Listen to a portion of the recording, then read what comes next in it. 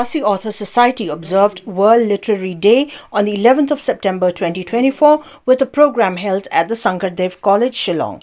Dr. Ricky A.J. Syngkon, the Member of Parliament from Shillong, attended as the chief guest. The event was also graced by the President of the Khasi Authors Society, Dr. D.R.L. Nonglait, along with the Principal of Sankardev College, Lyngdoh, besides others.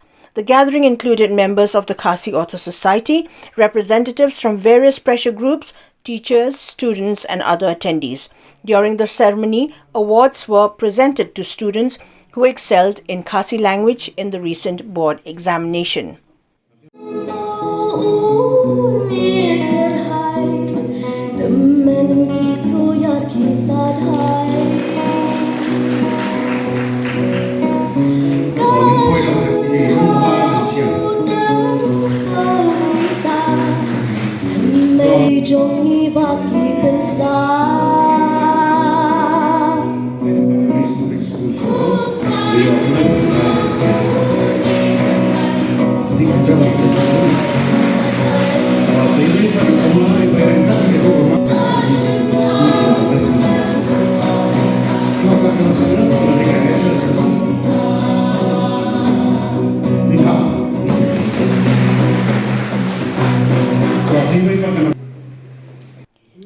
A release of 4 books authored by members of the Khasi Authors Society were also released on the same day.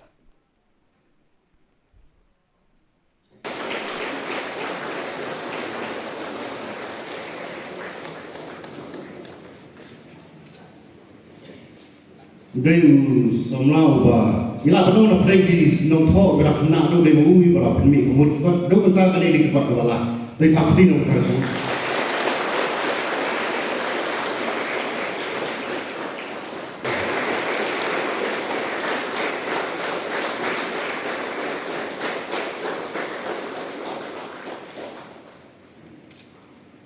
na hani fan susam ni e ka mi no ni tu smot na pampe de ki e jok duwe ni klat pat ila ka cho ba hawa krem ni kene hawa let akini ki laisnam duma ha ka por samram shiri ka jini mai yo kala kan shi to en ki dong ki than jo ni ka bi ki si ka wi ka ba don ti jaka ki te te kon su ka tin ayu ka ki ka ikan tin ke betul betul kam ka tanya ngam te ka ai ka jimut na hapan kli ai ka jimut jom kli ka tin te ba hapan jom kli ka snow ba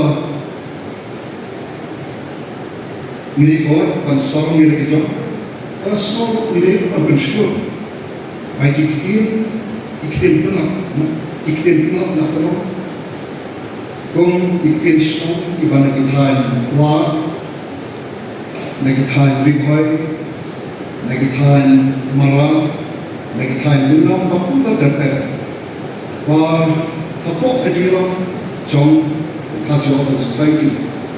Bakin Punrun, Amatho Kata, Kanang Baman Punrun Swa, Yagatin Khasi Authors. Hagajaka, Bangit Shil, Nakiweka.